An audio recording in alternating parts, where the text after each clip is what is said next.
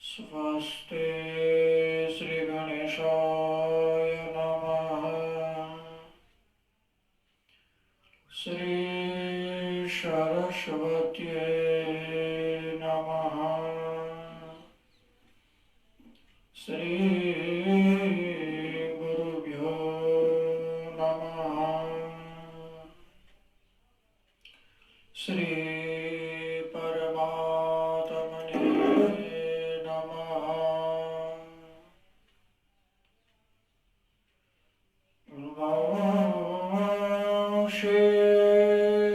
विभूषितकर नवनीरदाभा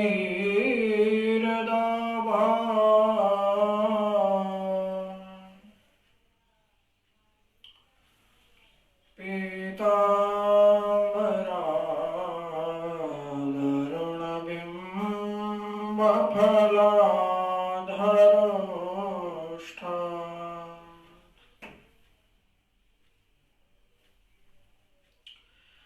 पूर्णेन्दुसुन्दरमुखात्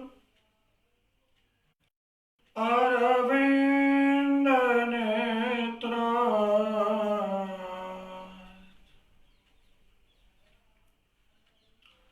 कृष्णात् परं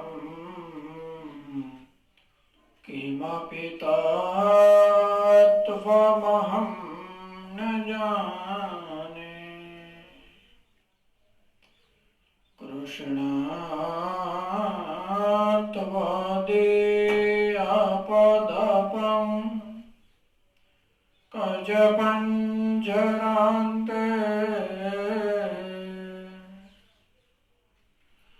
अदवैव मे निशतु मानशराजहंसः।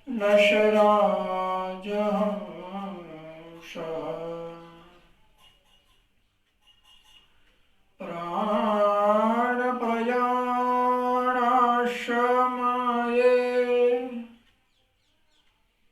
कफवादपिते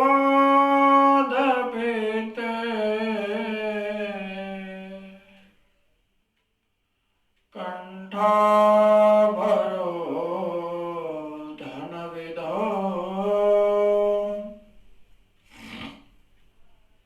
स्मरणं कुतस्ते। श्रीद्वारिकाधीश की जय।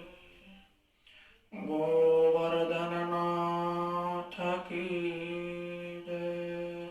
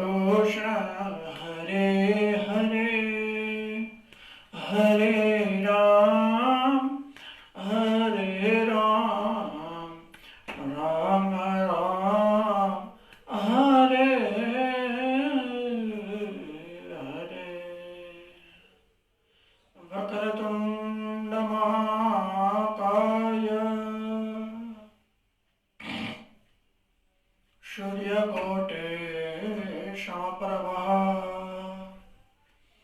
निर्विघ्नं कुरु मे देव सर्वकार्येषु सर्वदा सच्चिदानन्दरूपाय विश्वोत्पत्त्यादिहेतवे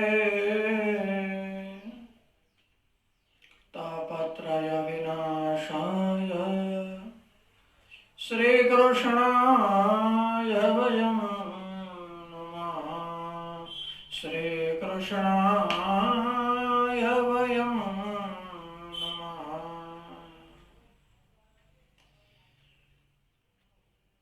कस्तूरी तिलकं ललाटपटले वक्षस्थले कौस्तुभम् नासाग्रे वरमौक्तिकं करतले वेणुकरे कङ्कणम् श्रीवाङ्गे हरिचन्दनं सुललितम् कंठे च मुक्तावले गोपस्त्री परिवेष्टितो विजयते गोपालचूडामणि गोपालचूडामणि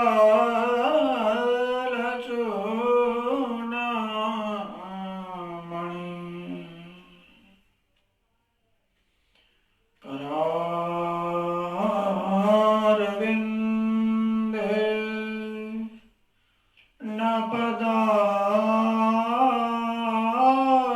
नपदारविन्दं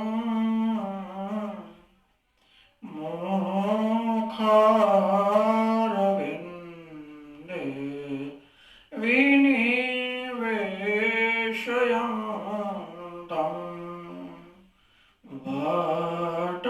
वटस्य पत्र शपुटे शयानं बालं मुकुन्दं मनसा स्मरामि। श्रीकृष्ण गोविन्द हरे मुरारे हे नाथ नारायण वासुदेव जिह्वे पिबस्व मृतमेत देव गोविन्द दामोदर माधवेति गोविन्द दामोदर माधव।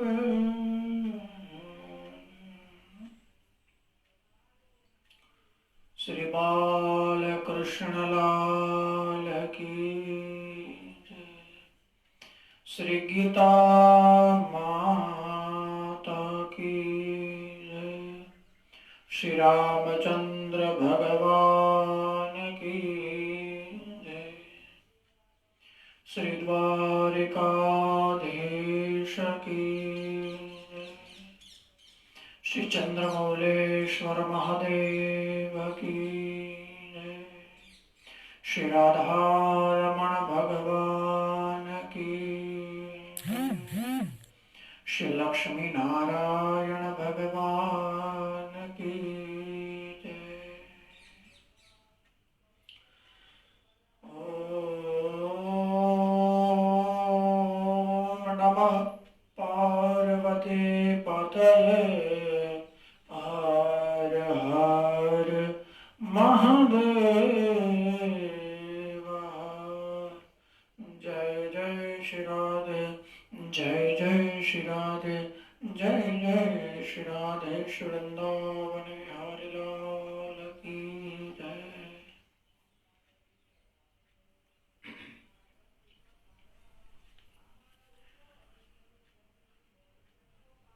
કથાના છઠ્ઠા દિવસના શ્રીમદ ભગવદ ગીતાના છઠ્ઠા અધ્યાય તરફ શરૂ કરતા એ પહેલા સર્વે બ્રાહ્મણો, સર્વે મિત્રગણ,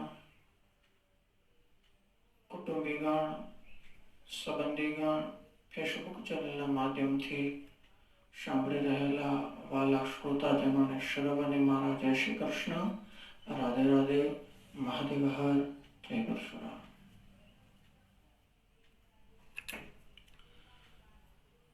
ગઈકાલે પવિત્ર એકાદશીના દિવસે શ્રીમદ ભગવદ ગીતાના કર્મ સંન્યાસ યોગની કથાને આપણે સાંભળી. આજે આપણે આત્મસંયમ યોગની કથાનું વિવેચન કરવાનું છે.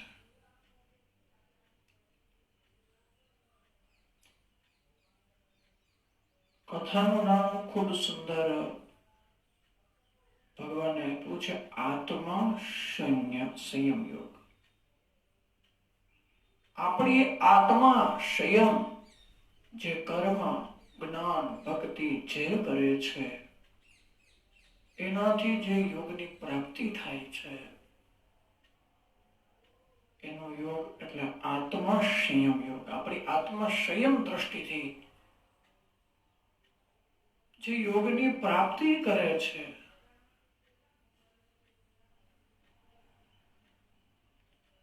તેમજ ગઈકાલે જ્ઞાન ભક્તિ કરેલું કર્મનું ફળ એની કથા જોઈ. સર્વ યજ્ઞો, કયા કયા પ્રકારના યજ્ઞો છે ગઈકાલે એ આપણે કથા સાંભળી. તપ યજ્ઞ, અને એ યજ્ઞ એ તપની અંદર રહેલો જે સ્વાર્થ છે, એ સ્વાર્થની જે ભક્તિ છે એનું શું ફળ પ્રાપ્ત થાય છે, અને નિસ્વાર્થ ભાવે કરેલી ભક્તિ, કરેલું કર્મ એનાથી શેની પ્રાપ્તિ થાય છે એ કથા ગઈકાલે આપણે સમજ્યા. અને એના પછી ગીતાજી તત્પશ્ચાત એકાદશીના ગઈકાલે જગદગુરુ વલ્લભાચાર્યનું આચમન કર્યું આપણે કથારૂપી.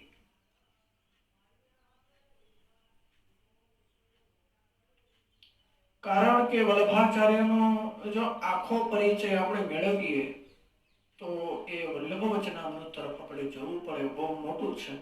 તો એના માટે અલગ કથાનો સમય તારવવો પડે. પણ કહેવાય છે કે આચમન પણ એક ઘૂંટડા સમાન સેવવું. સત્યનારાયણ ભગવાનની કથા હોય એની અંદર જે પ્રસાદ મળે,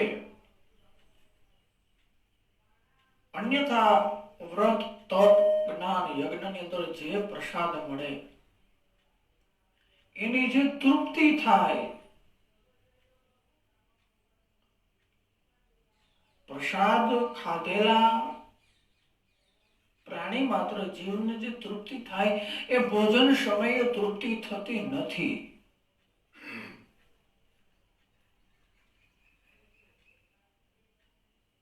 પ્રસાદ એટલે શું?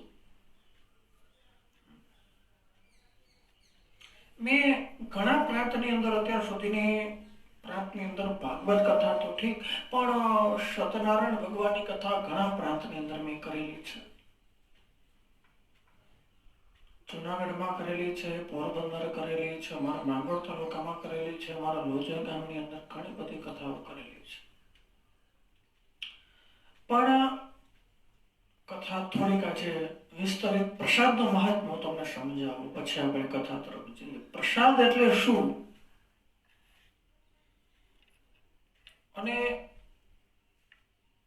ઘણા શ્રોતાજનો, હરિભક્તગણ જ્યારે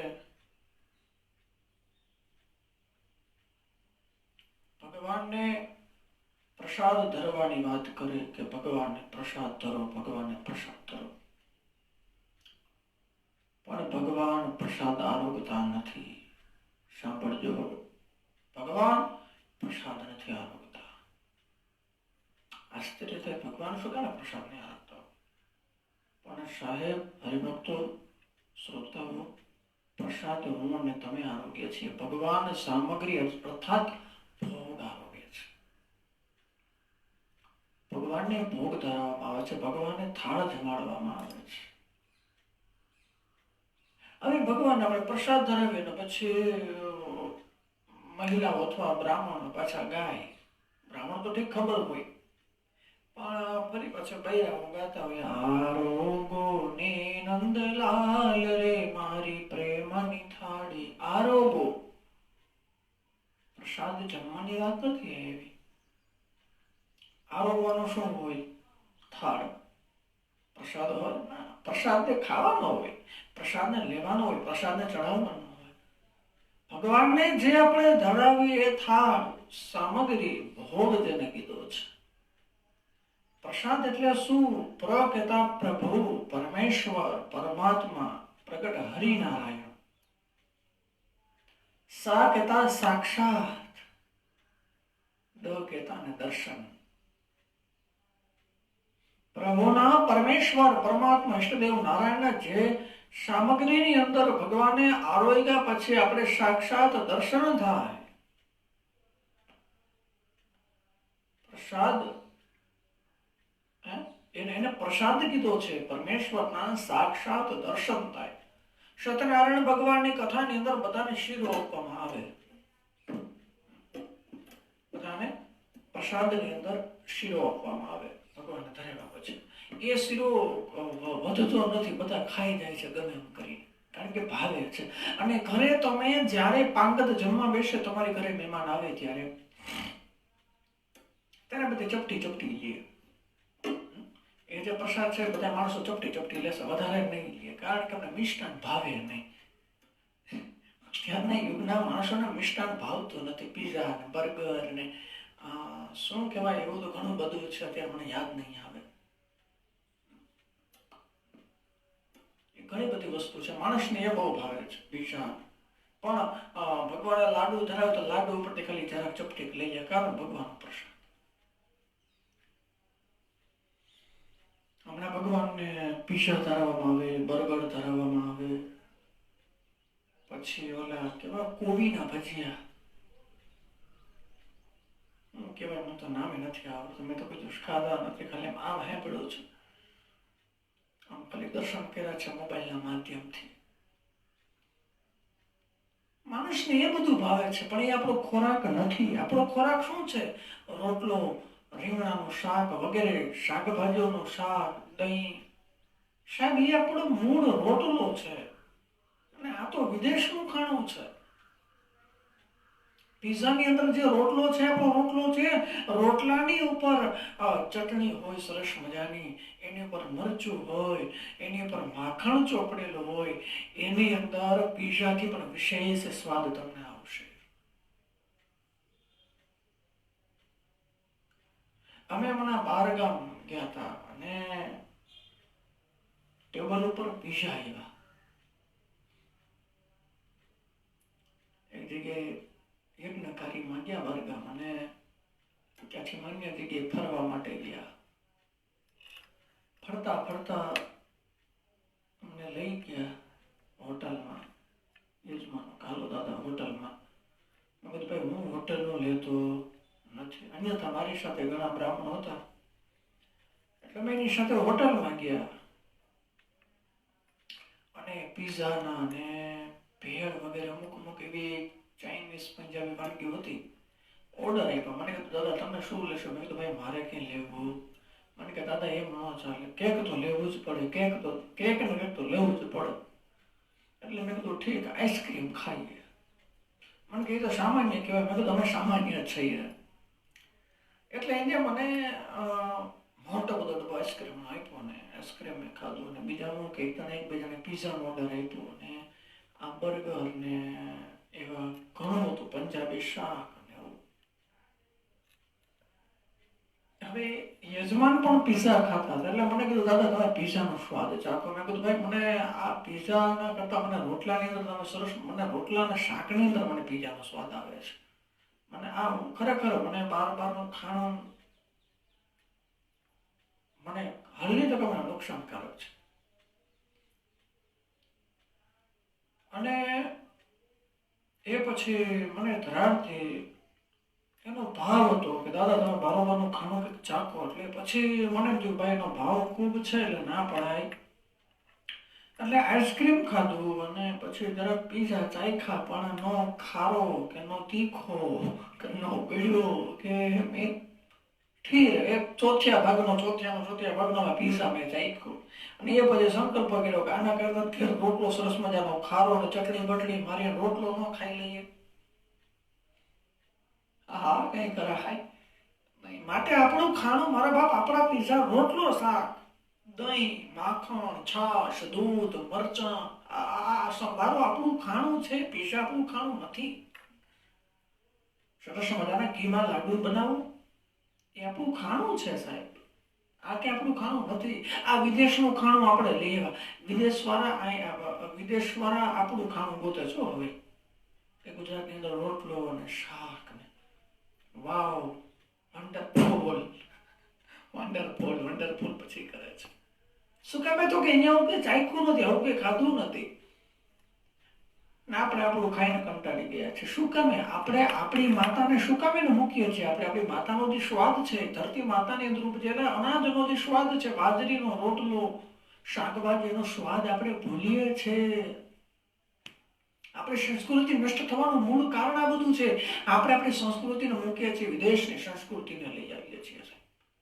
આ મુખ્ય કારણ છે.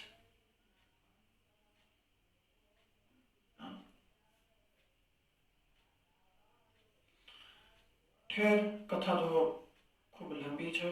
પ્રસાદના મહિમાથી આપણે ક્યાંનો ક્યાં ચડી ગયા. હરિકથા હરિ અનંત છે. એટલે ગઈકાલે આપણે વલ્લભચરિત્રામૃતની કથા સાંભળી અને સમય ક્યાં જાય છે ખબર નથી પડતી. 6 દિવસો આજે વીતી રહ્યા છે. જાણે એમ થાય છે કે કથા ગઈકાલથી જ શરૂ થઈ હોય ને કથાના આજે 6 દિવસો વ્યતીત થઈ રહ્યા છે. 6થો અધ્યાય 6થો દિવસ હમણાં 1 તારીખ આવી જશે, વાર નહીં લાગે. માટે તમારી પાસે સમય હોય તો ગીતાજી વાંચો, નહીં તો કઈને સાંભળજો. સાંભળવાથી વાંચવા વાળા કરતા સાંભળવા વાળાનું કલ્યાણ અધિક થાય છે. ભાગવતજી કહે છે, સત્યનારાયણ ભગવાનની કથા કહે છે કે વાંચવા વાળો મારું તો કલ્યાણ થતું થશે પણ મારાથી શ્રેષ્ઠ શ્રોતાઓનું કલ્યાણ થાય છે. અને આ તો વાત આવી છે એટલે કહી દઉં કે કથાની અંદર ક્યારેય પણ વાતો ન કરવી એ પણ દોષજનક છે, પાપજનક છે. તો એ માટે થઈ ઠેર આપણે તો ઓનલાઈન કથા ચાલે છે એટલે એ તો કઈ પ્રશ્ન છે જ નહીં. અને મને પણ અત્યારે ખૂબ આનંદ થાય છે કે તમે કથા માટે થઈ સમય ફાળી અને મોબાઈલ દ્વારા કથા સાંભળો છો. અને આપ સર્વે સ્વજનો, કૌટુંબીજનો, મિત્રો, વડીલો, સહપાઠીઓ, ગુરુજનો જે કોઈ મારી કથા સાંભળી રહ્યા છે સર્વેનો આ મારી કથા ભગવાન નારાયણની કથા સાંભળવા માટે જે તમે સમય કાઢો છો એ માટે આપ સૌનો ખૂબ ખૂબ આભાર. અને હું તો ભગવાનને એ જ પ્રાર્થના કરું છું કે આજે આ નાની વ્યાસપીઠ મળી અને આપ સૌનો સહકાર, આપ સૌના આશીર્વાદથી સંકલ્પ કર્યો છે પણ હરિનારાયણ ક્યારે સંકલ્પ પૂરો કરે એનું કઈ નક્કી નથી. કેવો તો છે કે અમુક સંકલ્પની ગાડી અણધારી હોય, ધારી નો આપણે કઈ આમ કરો તો નહીં. કારણ કે મારો શોખ અને મારો વિચાર ભાગવતકાર થવાનો છે. પહેલા ભગવત ગીતાકાર થઈ પછી ભાગવતકાર થશો આપ સૌના આશીર્વાદથી. એ માટે થઈ ઠેર આપણે છઠ્ઠા અધ્યાયના શરૂઆત રૂપી ગંગાધારાની અંદર વહીએ. છઠ્ઠો અધ્યાય આત્મ સંયમ યોગની કથા. આત્માને આપણાની અંદર સંયમ કરવો. ભગવાન વચ અનાશ્રિત કર્મ ફલમ કાર્યમ કર્મ કરોતિ સસન્યાસી ચ યોગી ચ ના નિરગ્નિર્ન ચાક્રિયઃ ના નિરગ્નિર્ન ચાક્રિયઃ. જે માણસ કર્મફળનો આશ્રય લીધા વિના યોગ્ય કર્મ કર્તવ્ય આચરે છે એ સંન્યાસી તેમજ યોગી છે. અને કેવળ અગ્નિનો ત્યાગ કરનારો સંન્યાસી નથી, માત્ર ક્રિયાઓનો ત્યાગ કરવો યોગ્ય નથી. જે માણસ કર્મના ફળનો આશ્રય લીધા વિના ફળ કે હું આ દાન કરીશ મને ફળની પ્રાપ્તિ થશે, હું આ કર્મ કરીશ મને આની પ્રાપ્તિ થશે, માટે વિના કર્મના કર્મફળનો આશ્રય લીધા વિના જે માણસ કર્તવ્ય કર્મ આચરે છે એને સંન્યાસી તેમજ યોગી કીધો છે. આપણે જ્યારે સંકલ્પ કરીએ ત્યારે એવો સંકલ્પ કરીએ છીએ કે હે ભગવાન, મારો છોકરો 10માં 12માં પાસ થઈ જાય તો હું તમને આ ધરાવીશ. પેલા નહીં હો કે હું તમને ધરાવું, હે ભગવાન મેં તમને ધરાવ્યું, મારા છોકરાને પાસ કરી દેજો. દાદા જે રીતે કીર્તન કથા કરે છે એ રીતે નોટરીની ટિકિટ હોય 2 લાખની, 2 રૂપિયાનો સિક્કો ગાળ કરે, 2-5 ફૂલ લઈ મંદિરે આવે, મને મનાવવા માનતા હો માને. આપણે એના જેવા જ છે. નોટરીની ટિકિટ લાગે ભગવાન પાસે, બાકી કોઈ મંદિર ન જોયું હોય, બાકી કોઈ દિવસ આપણે મંદિર જોયું નથી. જયારે ગરજ પડે ને ત્યારે આપણે ગધેડાને ગણપતિ કરીએ છીએ. આવી કહેવત છે. શું કહેવત છે? ગરજ પડે ગધેડાને ગણપતિ કરે. ગણપતિને ગધેડો નહીં, ગધેડો હોય ને એને ગણપતિ કરે. ભાઈઓમાં જયારે વિખવાદ હોય ને ત્યારે ભાઈ બોલતા ન હોય. હવે મોટા ભાઈની ઘરે કઈક પ્રસંગ હોય ને એટલે નાનો ભાઈ આમ બહુ સાવચેત હોય, મારી જેમ બુદ્ધિશાળી હોય, એટલે સલાહ લેવા જાય, અરે ભાઈ આપણે ક્યારે પ્રસંગ છે અને ઘેર ગયો, આપણે બધા બોલતું થવું છે, બધા હળી મળીને કામકાજ કરવું છે, તમારા પ્રસંગ હાજરી આપીએ છે, હવે આને ફોન કરવાનો છે, ઓલાને ફોન કરવાનો છે, એમ કરી અને એ ભાઈની સાથે સંયોગ કરે છે.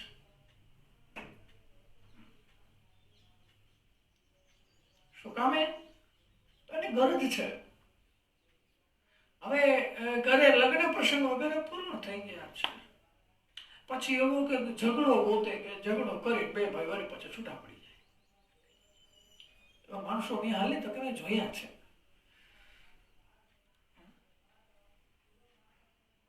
એટલે કથાની અંદર એવું છે, માણસ કર્મ ફળનો આશ્રય લીધા વગર, કર્મ ફળનો આશ્રય, કર્મ કરે એના ફળની આશા રાખે, માટે કર્મના ફળની આશા ન રાખે. હું તો અમારા બ્રાહ્મણોને પણ કહું છું કે દક્ષિણાની આશા બને એટલી ઓછી રાખો સાહેબ. કારણ કે તમને જે મળવાનું છે તો મળશે જ. પછી તમે કહો એટલી થાય ને એટલી થાય ને આટલી થાય ને તેટલી થાય. આમાં હશે આમાં કોઈની તાકાત બહાર. ગઈકાલે મેં તમને કથા કરી હતી, હાથમાંથી કોઈ ઝૂંટવીને લઈ જશે પણ નસીબમાંથી 50 કરોડ રૂપિયા હશે ને કોઈની તાકાત નથી લઈ જાય. નસીબમાં હશે મળશે, બાકી નહીં મળે. માટે કર્મ કરો અને બ્રાહ્મણનું કર્મ તો મોટું કર્મ છે. કર્મકાંડ, યજ્ઞ, યજ્ઞાદિ સંકલ્પો.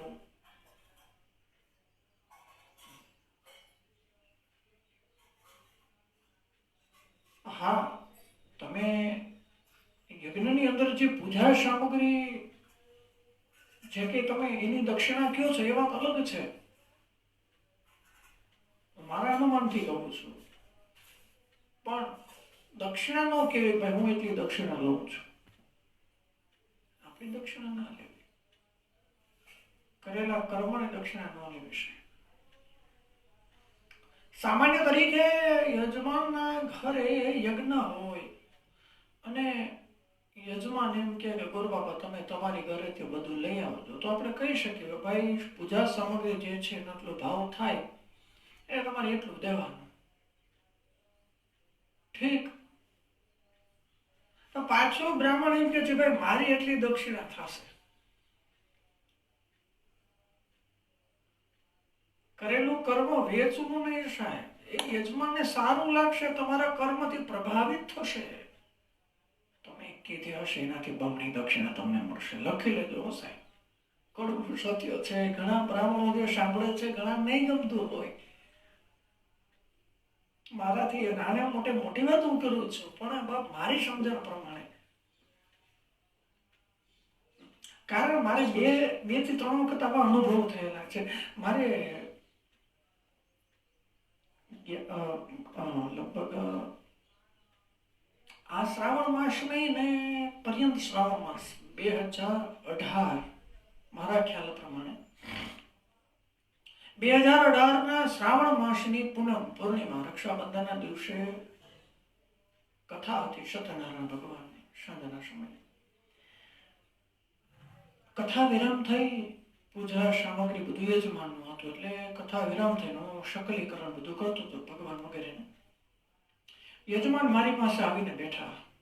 મને કે દાદા શાસ્ત્રીજી ગુરુ બાપા આવી ગયા, તમને દક્ષિણા શું દેવાની? મેં કીધું ભાઈ તમને જે યોગ્ય લાગે આપો. તમે કહો તો ખરા 200, 300, 500, 700, 1000, 2000. મારા અનુમાનની કથાઓ તમને કહું છું, મારા અનુમાનની વાત, પછી તમને જે સારું લાગે. એટલે મેં માણસને કીધું ભાઈ જો હું તમને એમ કહીશ કે 100 રૂપિયા આપો અને તમારે 500 દેવી હશે તો તકલીફ મારે જ નહીં, તમને વધારે છે. હું એમ કહીશ કે ભાઈ 200 રૂપિયા આપો, તમે અરે બોલવા પણ મારે 500 દેવા હતા, તો તકલીફ તમને થશે, મને નહીં. માટે તમને અંદરથી જે ઉદ્ગારની અંદરથી જે તમને નીકળે એ તમે કહો. એને દક્ષિણા કીધી છે. मांग के लिया ना वो पानी है साहेब, जो मांग कर हम लेते हैं उसको पानी बोला जाता है, छीन कर लेते उसको खून बोला जाता है, और बिना बोले जो देते हैं उसको अमृत कहा जाता है. આપણે નક્કી કરવાનું છે પાણી માગવું, ખૂન માગવું કે અમૃત માગવું. બોલે બાલ કૃષ્ણલાલ કી. કોઈ બ્રાહ્મણોને ખોટું લાગ્યું હોય ચેનલના માધ્યમથી જે સાંભળી રહ્યા છે ક્ષમા કરજો બાપ. હું કોઈના રોટલામાં પાટો માંગો મારો નથી માંગતો, પણ જો આ રીતે તમે તમારું ગુજરાન ચલાવશો તો તમે કે પાછા નહીં પડો. એ મારું આ નાનકડા બ્રાહ્મણનો એક ગેરંટી હું તમને આપું છું. मांग कर लिया पानी, छीन कर लिया खून, और सामने से दिया हुआ अमृत मिलता है. अमृत अच्छा लगता है, इसलिए मैं रिक्वेस्ट करता हूँ ब्रह्म लोक को, विप्र वृंद को, कि ना ही पानी मांगो ना ही खून लियो, बस अमृत की प्यास बुझाओ, अमृत की प्यास बुझाओ. इसीलिए मैं हर कथा में कहता आया हूँ कर्म करो, आशा मत रखो कि मुझे इतना मिलेगा, मुझे इतना मिलेगा. અને પછી જો એક કથાની અંદર તમને ઓછી દક્ષિણા મળે તેનો મતલબ એ નહીં કે યજમાન સાથે ઝઘડો કરવો ને અમારે એટલું થાય ને અમારું. સાહેબ તમને અહીં ઓછી દક્ષિણા મળી છે, અન્યથા બીજી જગ્યાએ જો એવા કોઈ માણસો હશે ને ત્યાં તમારો ખોરામાં ઢગલો કરી દેશે. એ તમને પણ મારી ગેરંટી છે. જાઓ કળિયુગ છે, વાત તમારી સાચી. અમુક અમુક એવા હોય કે ન આપી શકતા હોય, અમુક અમુક માણસો ગરીબ હોય, પણ ગરીબ માણસો સાથે તમે એવી રીતે કર્મ કરો એને આનંદ થાય. અને જે દક્ષિણ આપે એ દક્ષિણા હસતા મુખે લઈ લો સાહેબ. ત્યાંથી ભલે 50-100 રૂપિયા ઓછી દક્ષિણા મળી, પણ અન્ય કોઈ સારો યજમાન હશે, કોઈ સારો માણસ હશે, ત્યાંથી તમને બમણી દક્ષિણા મળશે. આ બધા મારા અનુભવ છે. હું સાહેબ એટલે આજે કહી શકું છું, બાકી હું ન કહી શકું. કારણ કે બ્રાહ્મણ અનુભવી વધારે હોય, અનુભવ બહુ કરતો હોય. पर कथा का मूल सार वो है कर्म करो पर फल की आशा मत रखो भैया. કર્મ કરતો જા, હાથ મારતો જા, દેતો રહે ઓલો ભગવાન તને.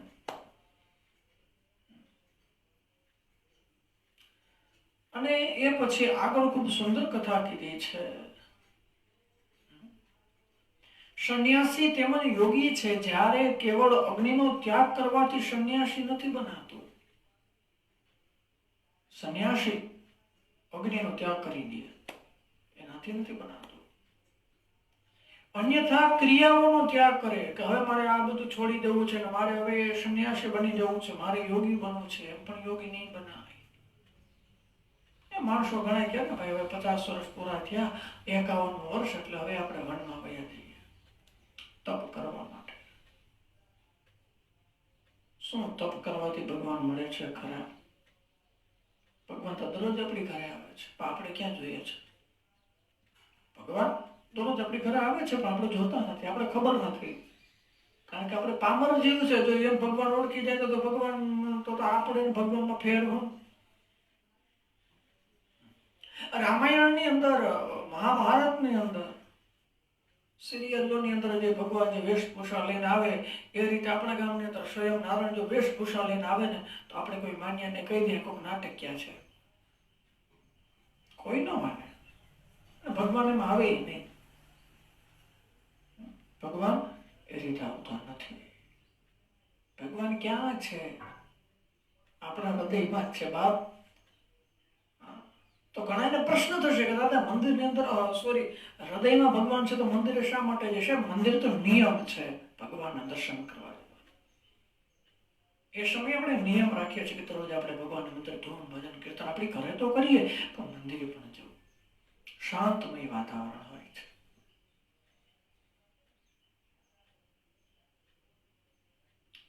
એટલે 50 વર્ષ પૂર્ણ થઈ ગયા પછી જ્યારે કથાની અંદર તો લખ્યું છે કે માત્ર ક્રિયાઓનો ત્યાગ કરવાથી યોગી સંન્યાસી નથી બનાતું. પણ સંન્યાસી બનવું કઈ રીતે? તો સંન્યાસ પ્રશ્ન ખૂબ અઘરો છે. સંસારને છોડી દો એનાથી સંન્યાસી બનાશે નહીં.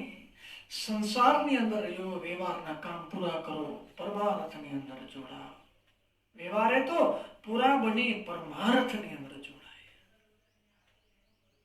વ્યવહાર અંદર કુશળતા, બધી જગ્યાએ આપણે પરિપૂર્ણતા જોઈએ. ભગવાનના કાર્યની અંદર પરિપૂર્ણતા. પછી મારા જેવો મંદિર ધૂનની અંદર બેઠો રહીએ, ભગવાનનું સંકીર્તન કરતો રહીએ અને ઘેર ભલે બધા ભૂખ્યા મળતા હોય, ન ચાલે. પૂગે જ નહીં. તમારી ધૂન શું? તમારા ભગવાન તમને ન તમારી સામે કહે. ભગવાને સમજી જાય કે આ ડિંડક્યો છે. ભગવાને સમજે કે ડિંડક્યો છે ભાઈ, ખાલી ગાવા પડતું કહે છે, ઘેર બિચારા મા બાપ ભૂખે મરે છે, એને જવાબ દેતો નથી, મંદિર દેખાવ કરવા માટે આવે છે. 50 વર્ષ પૂર્ણ થયા છે. માણસ નિવૃત્તિના કાળમાં એવો છે એટલે વનમાં જવાની જરૂર નથી. ઘરે બધું ત્યાગી દે, બધું જે કે વ્યવહાર કુશળ જે કે છે પોતાના છોકરાને સોંપી દે. હાલે ભાઈ છોકરા, હવે તમે જાણો, તમારો વ્યવહાર જાણે, તમારું કામ જાણે, બસ ભગવાન કીર્તન, ભગવાનની કથા ભક્તિની અંદર લીન થઈ. એને યોગી કીધું છે. કર્મ ત્યાગ કરવાથી યોગી નથી બનાતું સાહેબ. કર્મ ત્યાગ કરવાથી યોગી બનીએ તો બહુ સહેલું છે. હે પાંડવ, જેને સંન્યાસ કહે છે એને જ તું જાણ. સંન્યાસ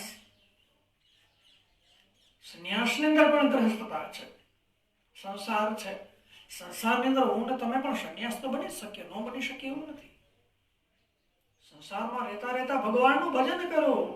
આમને જેમ કથા આવી રીતે એની અંદર પણ તમે 50 વર્ષ પછી તમે સંન્યાસ એટલે સાધુ થવું અને દિગંબર થઈ જવું, ભવનાથમાં બેસી જવું, મંદિરોમાં બેસી જવું એ નથી સાહેબ. ઠેર એ છે બધા જે ત્યાગ જે પામ્યા છે એ તો છે, પણ આપણાની અંદર જે ત્યાગનો ભાવ એ આ રીતે પણ ભગવાનને તમે ભજી શકો. કેમ કે સંકલ્પનો ત્યાગ ન કરનાર કોઈ પણ માણસ યોગી થતો નથી. સંકલ્પનો ત્યાગ, મારે આમ કરવું છે, મારે આના પછી આમ કરવું છે. છોકરાને વિવાહ થઈ જાય પછી એમ કે હલો હવે આપણે સંસારમાંથી મૂકીને સંન્યાસી થઈ જઈએ, વનમાં વયા જઈએ.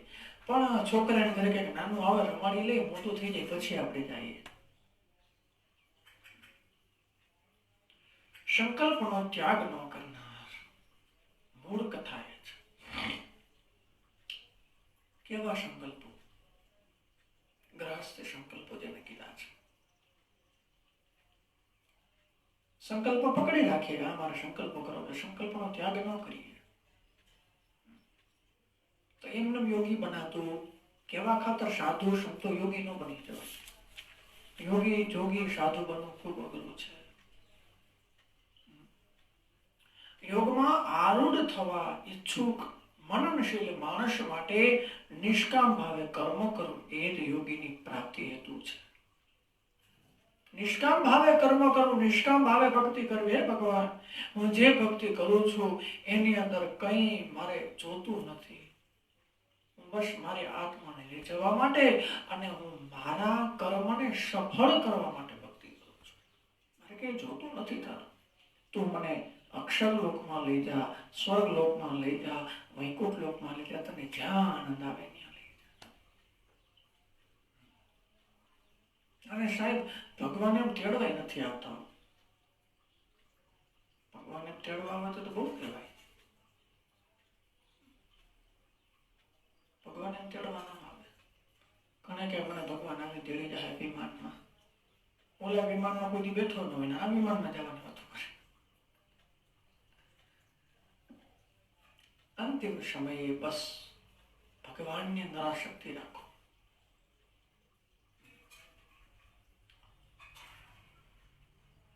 મૃત્યુ સમયે ગરુડ પુરાણ એમ કહે છે, જો તમારી આંખો પોળી થઈ જાય, મોઢામાંથી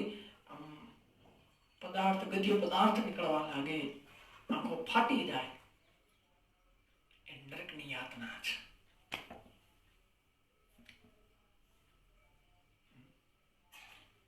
અને અંતિમ ક્ષણો જે છે આપણી, ત્યારે આપણે જન્મથી લઈને મૃત્યુ સુધીનો જે કાળ છે ને એની કેસેટ ફોરવર્ડ થાય છે, રિવાઇન્ડ થાય છે. શું કર્યું છે, કોને હેરાન કર્યા છે, કોની સાથે કેવો દગાબાજ કર્યું છે, ઘણી એવું બધું કેસેટ રિવાઇન્ડ થાય છે. અત્યાર સુધી જન્મથી મૃત્યુ સુધી કેસેટ આગળ ગઈ છે અને એ પછી કેસેટ પાછી જાય છે કે જો તે કરેલું કર્મ, અને ત્યારે માણસ પડ્યો ખાટલામાં પસ્તાય છે. હે ભગવાન, અમે ન કર્યું હોત તો પેલા ધ્યાન રખાય ને. યોગમાં આરૂઢ થવા માટે ઈચ્છુક મનનશીલ માણસ માટે નિષ્કામ ભાવે કર્મ કરવું, કઈ ભાવ ન રાખવું, કે ફળની પ્રાપ્તિ ન રાખવી. યોગી પ્રાપ્ત હેતુ માટે કીધો છે. યોગારૂઢ થયા બાદ યોગરૂઢ માણસને સમસ્ત સંકલ્પનો ભાવ છે એ જ કલ્યાણનો હેતુ છે. યોગીની અંદર માણસ જ્યારે ડૂબે છે પછી માણસ યોગનો અભાવ જોઈએ છે. સંકલ્પમાં અભાવ જોવા મળે છે પોતાની અંદર, એ માણસ કલ્યાણ હેતુ કીધો છે, એ માણસનું કલ્યાણ થાય. ઇન્દ્રિયોની અંદર ભોગોની અંદર આસક્તિ થતી નથી, કર્મમાં આસક્ત થતો નથી. તે વખતે સઘળા સંકલ્પનો ત્યાગી માણસ યોગારૂઢ કીધો છે. માણસ ઇન્દ્રિયોના ભોગની અંદર આસક્ત થાય છે ત્યારે ઇન્દ્રિયોનો ભોગ કયો? તો કે આપણે ગમતું કરવું. મને અને તમને જે ગમે છે નીતિનું કરવું. સોરી, ભાગવતજીની અંદર પ્રહલાદની કથા આપણે બધા સાંભળીએ છીએ, ધ્રુવની કથા. સ્વરુચિ, ઇન્દ્રિયો સ્વરુચિથી ચાલે છે એવું આપણે માનીએ છીએ. પણ જો માણસ નીતિથી ચાલશે ને ઇન્દ્રિયોની સાથે તો એકાકાર થશે. પણ માણસ ઇન્દ્રિયોના ભોગની અંદર આસક્ત રહે છે. ભોગ ભોગવવાની વૃત્તિઓ અન્યથા બીજી બધી વૃત્તિઓને બદલાય છે. કર્મમાં આસક્ત થતો રહે છે. એ વખતે સઘળા સંકલ્પોનો ત્યાગ કરે છે. એ માણસને યોગ લૂંટી દીધો છે. ભગવાન પાસે કઈ સંકલ્પ કઈ માંગતો નથી. બસ એક જ ધ્યેય, પરમાત્માના ચરણોમાં, પરમાત્માના ધામમાં, પરમાત્માના સિદ્ધની અંદર જ મારે પામવું છે, બીજું કઈ નહીં. પોતાના વડે પોતાનો સંસાર સાગરનો ઉદ્ધાર કરે, પોતાના અધોગતિમાં ન નાખે. કારણ કે માણસ પોતે જ પોતાનો મિત્ર અને પોતે જ પોતાનો શત્રુ છે. માણસનો કરેલો સંકલ્પ, માણસે ધારેલું કર્મ જો અણધાર્યું થાય તો માણસ આમ વિકરાળ સ્વરૂપ ધારણ કરે છે. એ કરી નથી શકતો, અન્યથા વિકરાળ સ્વરૂપ માણસ ધારણ કરે છે.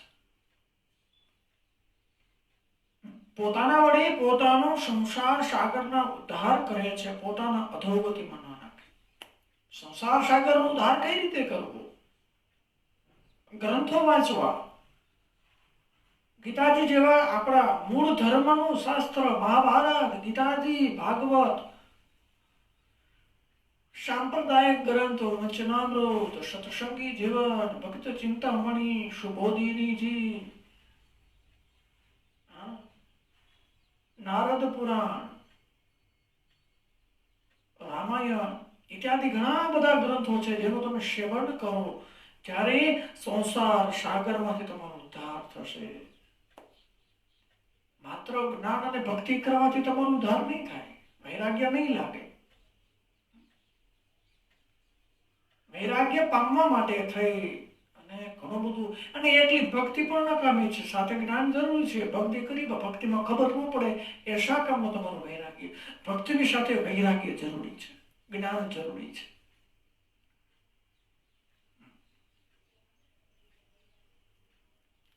પણ મુખ્ય કીધું છે ગીતાજીની અંદર, માણસ પોતે જ પોતાનો મિત્ર, પોતે જ પોતાનો શત્રુ છે.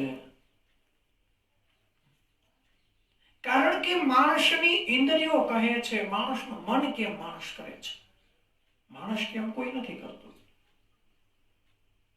મનને પોતાની અંદર વશ કરો. માણસે પોતાની બુદ્ધિની વિચારણા આપવી. કારણ કે મન તો સ્થિર રહેતું જ નથી. મન તો ઘણી એમ કે જરાક ડ્રિંકિંગ કરી લઈએ, જરાક તમાકુ છોડી લઈએ. અત્યારના સમય પ્રમાણે બધા માણસો ત્યાં તમાકુ માવા માટે, ફાંકી માટે દોડ કરે છે. જો એના કરતા ભગવાન સશાસ્ત્રની અંદર, ભક્તિની અંદર તપ, મંત્ર, જપ, કે કોરોના જલ્દી જાય, એ નથી કરવું કોઈને. એના માટે માણસ ખૂબ પાછળ છે.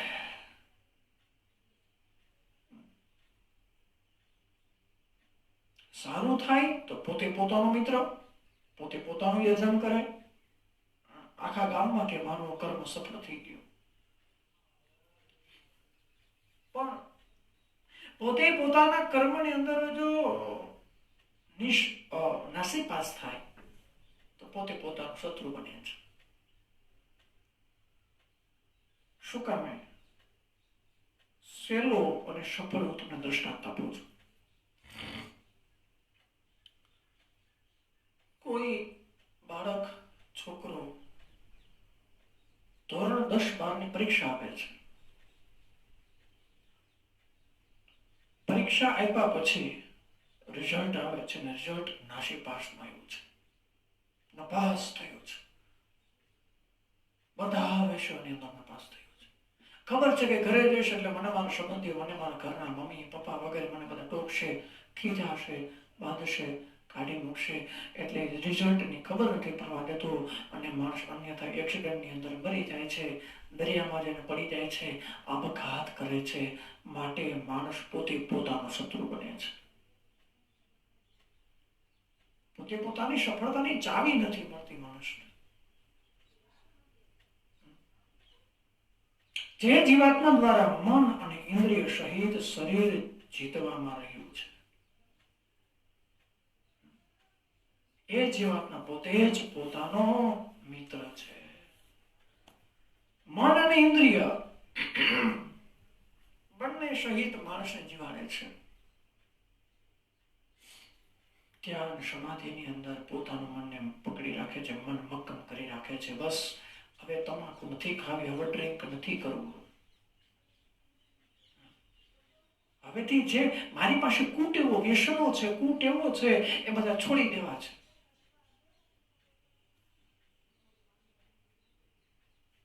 પોતાની ઇન્દ્રિયોને પોતાની અંદર સકળ પદાર્થથી જકડી રાખે છે.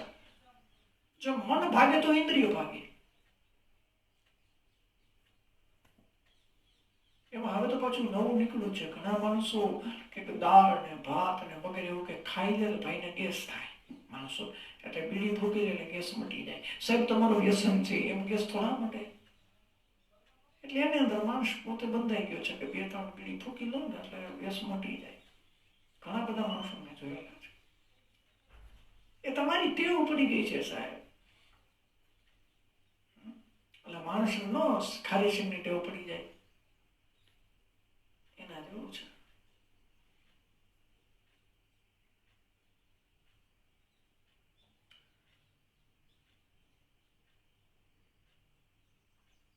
ખેર આગળની કથા તરફ જઈએ. જેના વડે મન તથા ઇન્દ્રિયો શરીર નથી જીવવામાં આવતું, એના પ્રતિ એ જ પોતે શત્રુની જેમ શત્રુતા વર્તે છે. જેના વડે મન તથા ઇન્દ્રિયો સહિત શરીર નથી જીતવામાં આવતું, માણસને શું કરવું છે અને મન શું કહે છે. માણસનું મન એમ કે છે કે આપણે એમ કે ફરવા જઈએ. અત્યારનો સમય જો ફરવા જવાની કેવી ઈચ્છા થાય, તો કેમ કરવું, ફરવા કેમ જવું? અત્યારે આ જે લોકડાઉન છે આમાં ક્યાં ફરવા જવું, કેમ ફરવા જવું? ઘણી બધી ઈચ્છાઓ થાય છે પણ નથી જઈ શકતા. મન તથા શરીર સહિત શરીર નથી જીવવા દેતું. મનને ઘણી બધી ઈચ્છાઓ થાય છે. અને જો મન અને ઇન્દ્રિયો સહિત સાથે જો માણસ જીવશે તો એ માણસ પોતે પોતાનો શત્રુ બનશે. મનને એમ થાય કે ડ્રિંકિંગ કરી લો, અથવા ટોળ ટપકા કરો, ખોટી હાચી ખોટી વાતો કરો,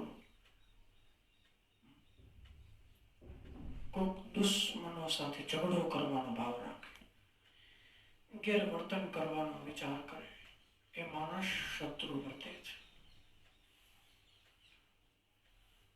ઠંડી ગરમીની અંદર, સુખ દુઃખની અંદર માન તેમજ અપમાનને જેના અંતઃકરણથી વૃત્તનો સમ્યક રીતે શાંત છે, એવા સ્વાધીન આત્મા મનુષ્ય જ્ઞાનની અંદર સચ્ચિદાનંદ પરમાત્મા સમ્યક પ્રકારે સ્થિત રહે છે અને એને કોઈનું મહાત્મ્ય રહેતું નથી. માત્ર પરમાત્મા સિવાય કોઈને પામી શકતું નથી. ઠંડી ગરમી, અત્યારે અખૂટ ગરમી છે, ખૂબ ગરમીનો પ્રભાવ છે. અત્યારે માણસ એમ થાય ઓહો ગરમી તો જો, પણ આના કરતા ઠંડી હારી. ઠંડી હોય તો ઓહો ભાઈ કકડી ગયા હો, રહેવા નથી દેતા, એટલો ઠાર પડે છે, કેમ જીવવું. ને બહુ ઠંડી હોય તો આના કરતા ચોમાસું હારું, પાણી તો ખરું. બહુ ઠંડી હોય તો ઉનાળો તરફ હાલે ભાઈ, આના કરતા ઉનાળો હારો. કે આપણે પી તો ગયા સોડા વગેરે હોય, ઠંડુ આઈસ્ક્રીમ કોણ વગેરે ખાઈ શકીએ. ઉનાળો તો ઉનાળો આને તો પાણી હારો, વરસાદ આવે આપણે નાહીએ મજા કરી. અને બહુ વરસાદ આવે ને એટલે માણસ માટે કઈ ગમતું નથી. અધિક થતા માણસને કઈ ગમતું નથી. પણ કથાજી આપણે ગ્રંથરાજ કહે છે ઠંડી ગરમી સુખ દુઃખ તથા માન તેમજ અપમાન આ બધા અંતઃકરણની અંદર વૃત્તિઓની અંદર સમગ્ર રીતે શાંત છે. ઠંડી ગરમી આ બધું આવતું રહે છે બાપ, અને સુખ દુઃખ આદિ આ બધું પણ આવે છે. સુખની અંદર બહુ છલકાવું ને, દુઃખની અંદર બહુ રડવું નહીં. અધિક દુઃખ આવે સમજો પાછળ સુખ આવે છે. મને સરસ મજાનું દૃષ્ટાંત યાદ એવું છે.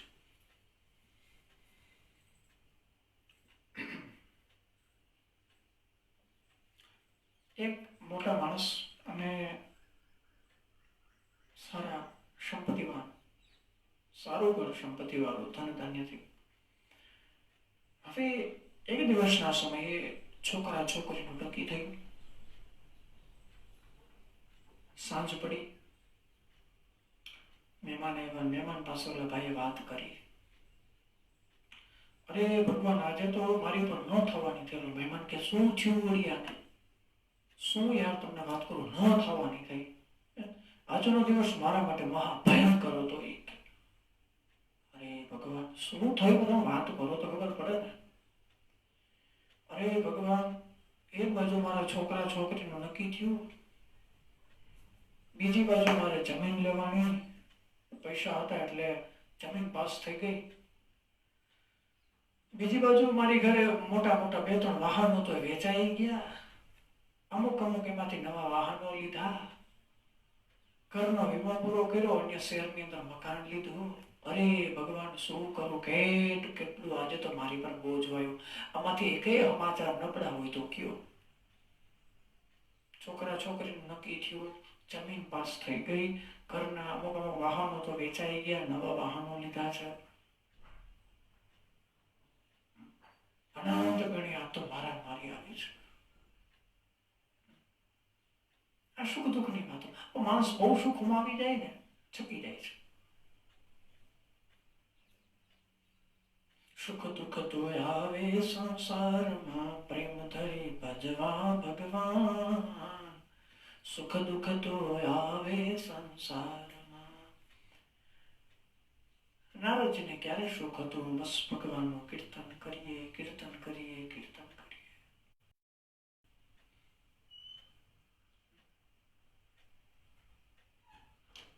નરસિંહ મહેતા પોતાની ભાભી ખૂબ દુઃખ આપ્યું સાહેબ. નરસિંહ મહેતાને અત્યંત દુઃખ આપ્યું છે. કેટલું દુઃખ આપ્યું છે. છતાં પણ નરસિંહ મહેતા બસ નારાયણ નારાયણ નારાયણની મૂર્તિને સામે રાખીને નરસિંહ અત્યારે કહેવાય ભગવાન કીર્તન. હે મારી હુંડી સ્વીકારો મહારાજ રે, ઓલા સામડા ગીરધારે. હે મારી હુંડી સાંભળ્યા ને હાથ રે, સામડા ગીરધારે.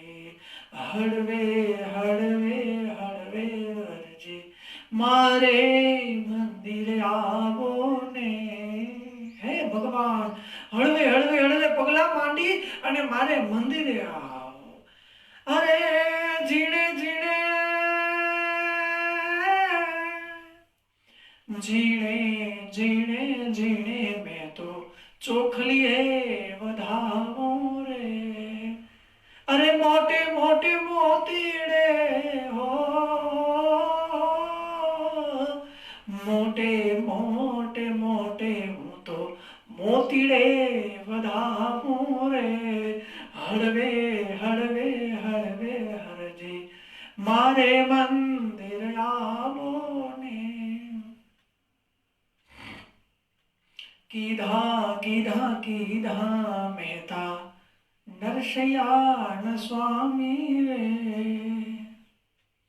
અરે નરસૈયાન સ્વામી ખૂબ અદભુત કીર્તન છે નરસિંહ મહેતાનું. દુઃખની અંદર સુખને સમેલું છે સાહેબ. એની અનંત ઘણી કથાઓ છે. તો દુઃખ આવશે અને દુઃખની અંદર ભગવાનનું સ્મરણ કરશું તો જ એની અંદર પરમાત્મા આવશે. એ નક્કી છે, લખી રાખજો. સોનાના પથ્થર, તાંબા પિત્તળના જે પથ્થરમાં લખવું હોય એમને સુખ ન આવે બાપ. એમને સુખ હોવું અત્યંત કઠણ છે.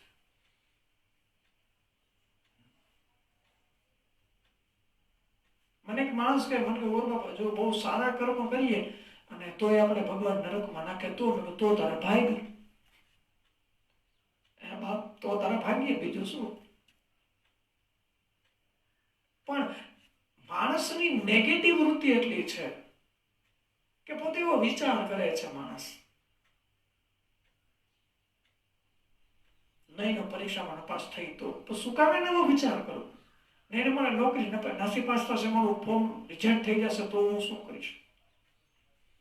એવો કોઈ દિવસ વિચાર ન કરો બાપ, કોઈ દિવસ વિચાર ન કરો. સુખ દુઃખ આદિ સંસારની અંદર આવતા જ રહે છે, આવતા રહેશે ને આવવાના છે, ખમવા છે. અત્યારે આપણે દુઃખ જ છે એક બાજુથી, એક બાજુ વેકેશન, એક બાજુ શું કરાવ. કોઈ ફરવા જઈ શકતા નથી, શું કરે? એમાં કોઈ કઈ કરી હવે કોઈ કઈ ન કરી શકે બાપ. તાકાત બાદની વાત છે. ઓલ વર્લ્ડ ની અંદર કોરોના રૂપી આ જે વધુ છે આચરણ બહુ ખરાબ. પણ શું કરીએ? ભગવાને બધાને ઘેર બેસાડી દીધા છે. આપણે એક દિવસનો સમય એમ કહેતા હતા કે ચાઇનાનો માલ છે વાપરવો નહીં, ચાઇનાના ફટાકડા તો કે ફોડવા નહીં, ચાઇનાના મોબાઈલ તો કે વાપરવા નહીં, ચાઇનાની વસ્તુ તો કે ખાવી પીવી કે કઈ વાપરવી કરવી નહીં. અહીંયા તો હાવ આપણે બંધ કરી દીધા. આપણે તેની વસ્તુ બંધ કરી, ઓલા ચાઇના વાળાએ આપણા આખા દેશને બંધ કર્યો. વિચાર કરો. આવી ખબર હશે કે મહિનો દિવસ ઘરની અંદર પેક થઈને રહેવાનું. પણ ભક્તિ ખૂટે છે, દરિદ્ર થઈ છે આપણી ભક્તિ. ભક્તિ કરો સાહેબ, ભગવાનનું આપણું સંસ્કૃતિને જાળવું,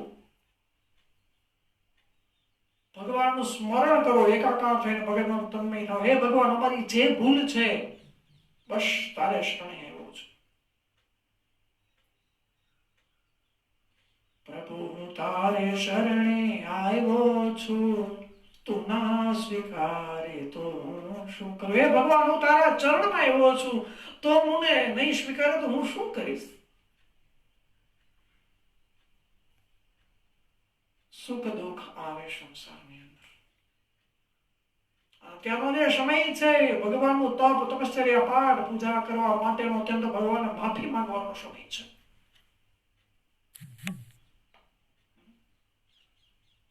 મહાભયંકર ઘણા બધા રોગ.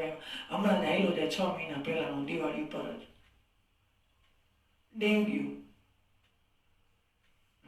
નવરાત્રીમાં જુનાગઢ હતો તો દવાખાના અંદર જ્યાં જોઉં ત્યાં ડેન્ગ્યુનો કેસ. એની પેલા H1N1 નામનો કંઈક, મને બહુ રોગનું નામ યાદ નથી, પણ H1N1 નામનો કંઈક રોગ હતો. એ હતો.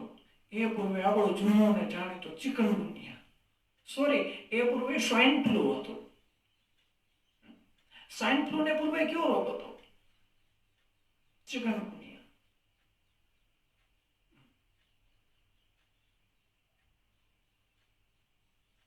આ બધા રોગોનું આવવાનું કારણ શું? હાગમટે આવે છે. એક જણા નથી આવતો. આ કોરોના એક જણાને આવ્યો, એ પછી બધાને ફર્યો. ભક્તિ ઘટે છે, ભક્તિ ઘટે છે. અને ભક્તિ કરે છે, અભિમાનથી ભક્તિ કરે છે. પાંડભાઈ કહે છે ને, ભક્તિ તો કરવી જેને રાગ થઈને રે મોરે, સ્મરણ કરવું હરિના નામનું.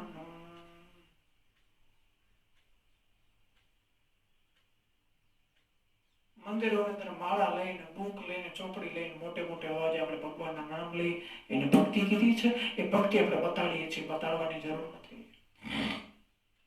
ભક્તિ અંતરાત્માથી થાય છે, ભક્તિ સ્વયં થાય છે. ભક્તિ બતાડવાથી અભિમાન રૂપી ભક્તિ ભગવાન સ્વીકારતો નથી. એ ભગવાન ભક્તિ નથી સ્વીકારતો.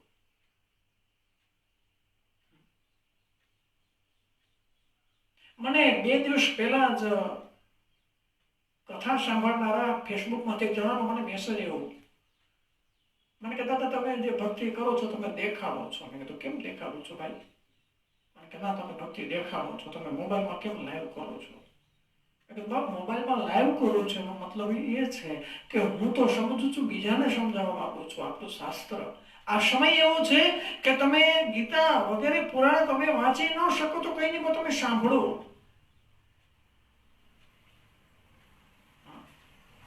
બાકી તો હમણાં કથા કરવા બેસું તો શ્રોતા અગણિત થાય. અત્યારે આ આપણે જે આવ્યું છે ઓડિશા જે આપ્યું છે માણસોને ભેગા ન બેસવું, 6, 5, 4, 10, 12 મનાય છે.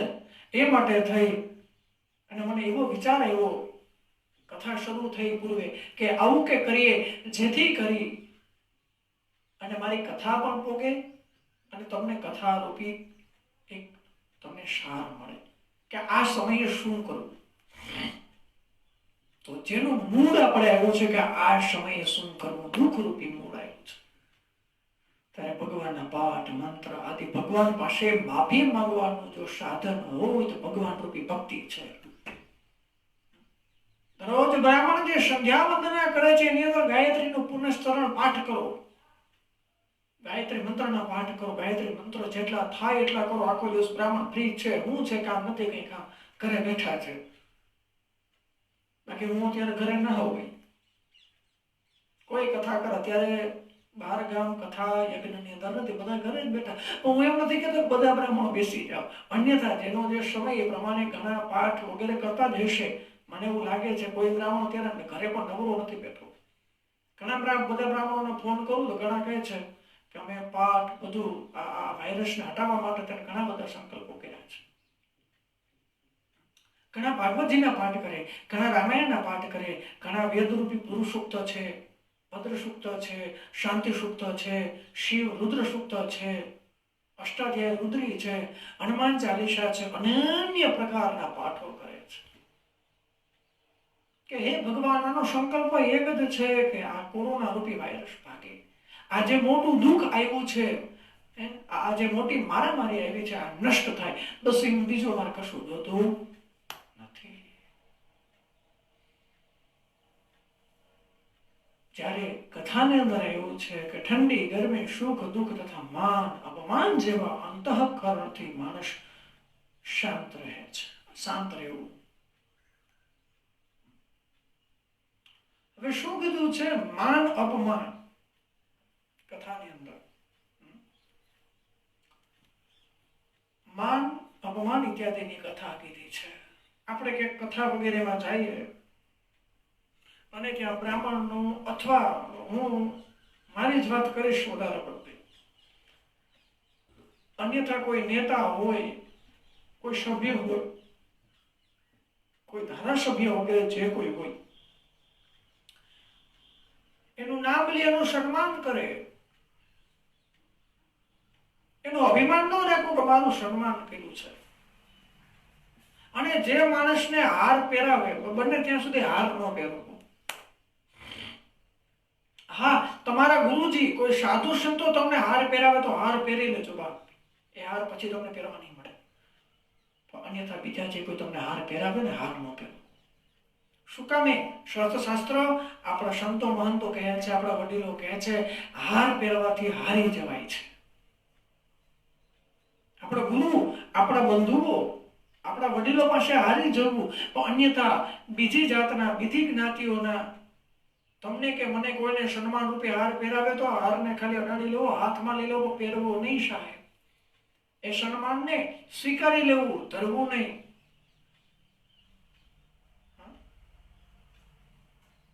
અને બને ત્યાં સુધી સન્માન ન કરવું સાહેબ. બને ત્યાં સુધી જે તમને તમારું સન્માન કરે છે એ ક્યારે તમારું અપમાન કરશે એનું ધ્યાન રાખજો. સન્માનથી અપમાન ક્યારે થાય એનું કઈ નક્કી રહેતું નથી. આજે હું તમને સરસ મજાનો ગુલાબનો રૂપિયા 5,000 નો હાર પહેરાવું અને કાલે સવારે હું તમને જોડે જોડે લાકડે લાકડે મારું, તમારા ગામમાં આવી તમને ગાળું બોલીને તમારું અપમાન કરું, એ મરવાથી પણ વિશેષ છે. સન્માનની આશા ન રાખવી. અને અપમાન, માન અપમાન, અને ક્યારેક પણ જો ભૂલની અંદર આપણું અપમાન કોઈ કરે તો એને સહન કરી લેવું. સામે ન જાવું કે નહીં ભાઈ મારી કોઈ દિવસ ભૂલ હોય જ નહીં. આપણી ભૂલની અંદર પણ આપણું જે કંઈ થાય છે એનો સમ્યક રીતે હશે ભાઈ, માફી માંગી લેવી. બને ત્યાં સુધી ક્ષમા માંગી લેવું. ક્ષમા વીર્યચ ભૂષણ, વીર પુરુષોનું ક્ષમા માંગવાનું આભૂષણ છે. આભૂષણ કીધું છે. ક્ષમા વીરચ ભૂષણ. પણ ઓલા જેવું છે, માણસ સંબંધી સાથે અન્ય માણસ સાથે પેલા ઝઘડો કરી લે અને પછી ઝઘડો કર્યા પછી આમ પશ્ચાતાપ થાય કે ઓલા માણસ સાથે ઝઘડો કરવાની જરૂર નહોતી. અને ઝઘડો કર્યા પછી કોઈ કેમ કે ભાઈ ઓલો માણસ બહુ સારો છે, કામ કરતો એને માફી માંગ્યા. પછી મને એમ તો અંદર એવું આમ અંતઃકરણ થાય કે કેમ માફી માંગો, શરમ આવે. આપણે માફી માંગતા આપણને શરમ આવે, કેમ માફી માંગવા જાવી? કારણ પોતાનું માન તૂટી જાય. જો મોટો કોઈ માણસ હોય અને માફી માંગવા જાય તો પોતાનું માન ગુમાઈ જાય કે કેમ માફી માંગવી, હું તો મોટો છું. પણ સાહેબ માણસ ગમે એટલો મોટો છે એની અંદર આત્મા શું છે એનો પહેલા વિચાર કરો. માણસ મોટો નથી હોતો, માણસનું કર્મ મહાન છે.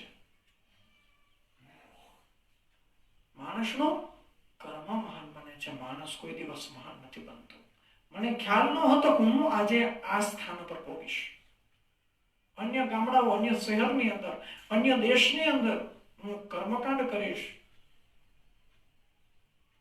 કારણ આપણા વડવાઓ, આપણા પિતૃઓ, આપણા વંશજોના આશીર્વાદ વગર આપણે અહીં સુધી પહોંચી શકતા નથી. એના આશીર્વાદથી આપણે અહીં સુધી પહોંચી શકીએ. પછી એની અંદર આપણે અપમાન પણ સહન કરવું પડે. કોઈ આપણે ગાળો દે, કોઈ આપણી સાથે ઝઘડો કરે તો જતું કરવું પડે. કારણ એની અંદર પણ તમારો ક્યાંક આશીર્વાદ છુપાયેલો છે. પણ કથા આપણું દ્રષ્ટાંતનું મૂળ કારણ એ છે માન અપમાન જેવા અંતઃકરણની વૃત્તિને સમ્યક કહેતા નાનું સમજી અને શાંત બની જાય. હશે ભાઈ, જે છે જવા દો ને. ભૂલ થઈ ગયું તો માફ કરો, બસ માફી માંગી લો. સામેવાળો માણસ પણ ઠંડો થઈ જશે. કુટુંબ પરિવારની અંદર ઝઘડો થયો હોય તો એની અંદર અબોલા ન કરવા કે હું જાનમાં નહીં આવું, ને હગી ફૂઈ હોય, કાકા હોય કે બાપા હોય, કાકા ને કાકીના બોલા રાખે, ટાણે રીહામણે બે હું ન આવું કે વળી રીહામણે વળી એને મનાવા જાવ, મારા બાપ હાલો જાનમાં મનાવા જવા પડે. જે અમારી ભૂલ થઈ હોય એમને ક્ષમા કરો, બસ માફી માગી લ્યો. ઓલા ઢીલા પડી જાય, તમે ઢીલા પડી જાય, વાર્તા થઈ ગયા. પછી બોલ કરી રહ્યા હોય ધરણ કી જાય. નાની મોટી વાતની અંદર માણસ અંદરથી આમ રીસાઈ જાય છે. આપણે ગુજરાતી તળપદી ભાષાની અંદર કે માણસ નાની નાની વાતની અંદર પોતે રીસાય છે, સમ્યક બને છે.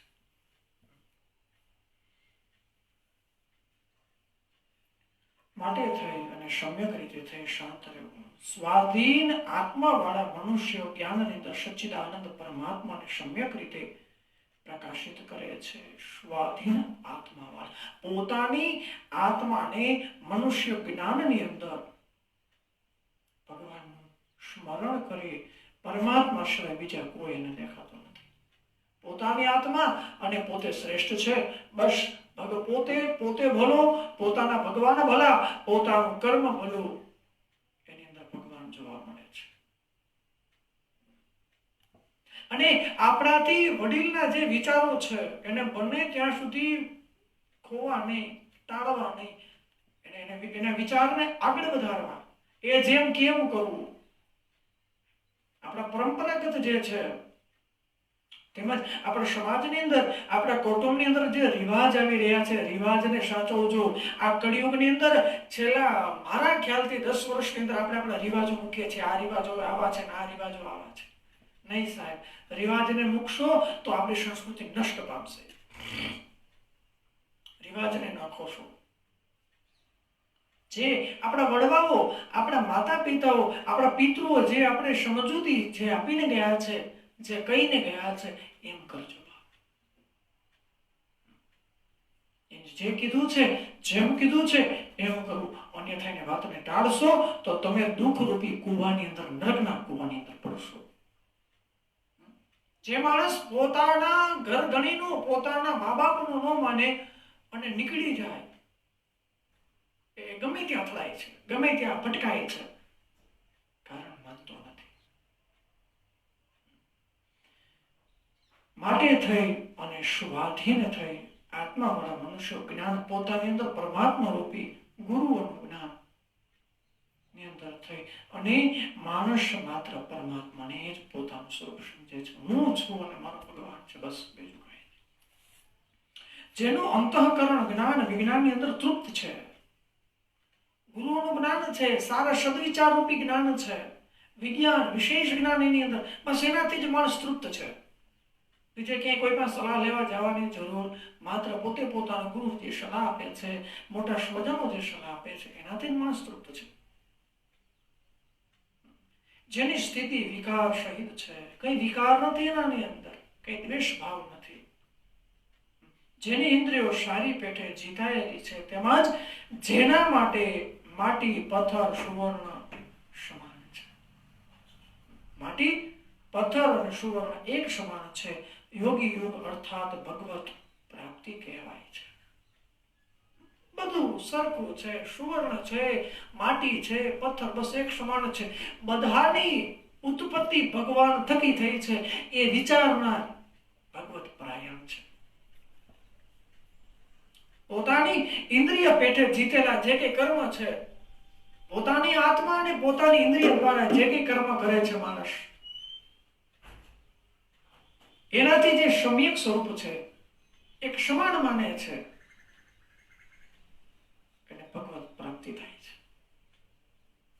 કારણ કે જે કરે છે પરમાત્મા ભગવાન જ કરે છે, બીજું કઈ કરતું નથી. અત્યારનો માણસ કેવો છે? અત્યારે કે માણસની સમજૂતી એવું કહે છે કે હું કરું એમ જ થાય, અને સાહેબ હું તો એટલું કહું છું, હું કરું એ અજ્ઞાન છે. સાહેબ આપણા વગર ઘણા એમ કહે ભાઈ મારા વગર નહીં હાલે, ભાઈ અહીંયા હું હશે તો થશે.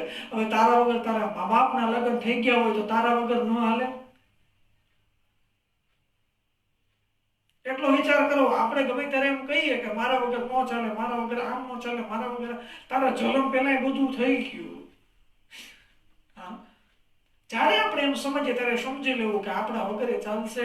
આપણે જીવીએ તો એ પણ તંત્ર હાલશે, આપણે મર્યા પછી આપણાથી સવિશેષ ચાલશે. માણસ જ્યારે અંત સમય મૃત્યુ પામે ત્યારે એની અંદર એક સંચય ચાલતો હોય છે કે મારું મૃત્યુ થયા પછી આ બધાનું શું થશે? કઈ નહીં થાય ભાઈ, જેમ હાલે છે એથી સવિશેષ ચાલશે. ઘણા બધા માણસોનો એવો વિચાર હોય છે કે મારું મૃત્યુ થયા પછી આ બધાનું શું થશે. એ ચિંતા ન કરવી, બધું ભગવાન પર છોડો કે ભગવાન હવે તું છો ને આ બધા છે. બધાની સાથે સમભાવ કરી અને ભગવાનની દ્રષ્ટિ કરવી કે જે કરે છે ભગવાન જ કરે છે, હું તો માત્ર કરતા છું. ભગવાન બાણ છોડી દે છે અને એ બાણને શું કરવું છે મારે વિચારવાનું છે. ભગવાન કઈ કરતા નથી, સોરી કરતા હતા બધું ભગવાન છે. આપણી અંદર રહેલા આપણે વિચાર આવે છે ને, એ પણ આપણો વિચાર નથી, ભગવાન વિચાર આપે છે.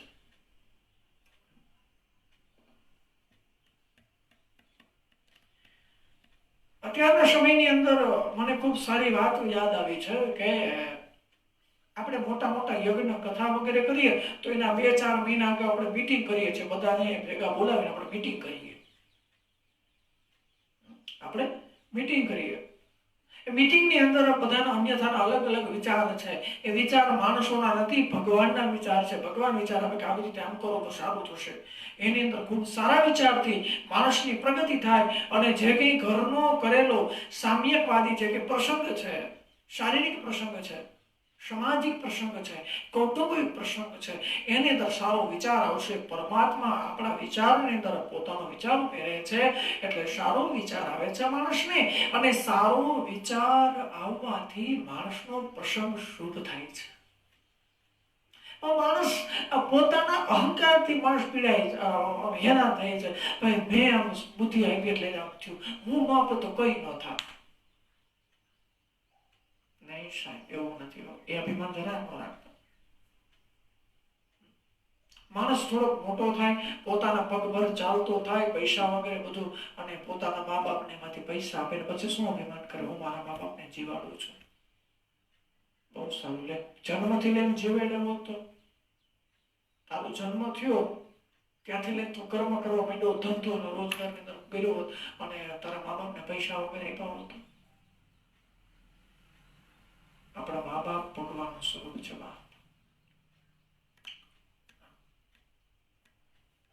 માટે મા બાપથી મોટું કોઈ આ દુનિયાની અંદર છે નહીં, થશે નહીં અને થયું પણ નથી.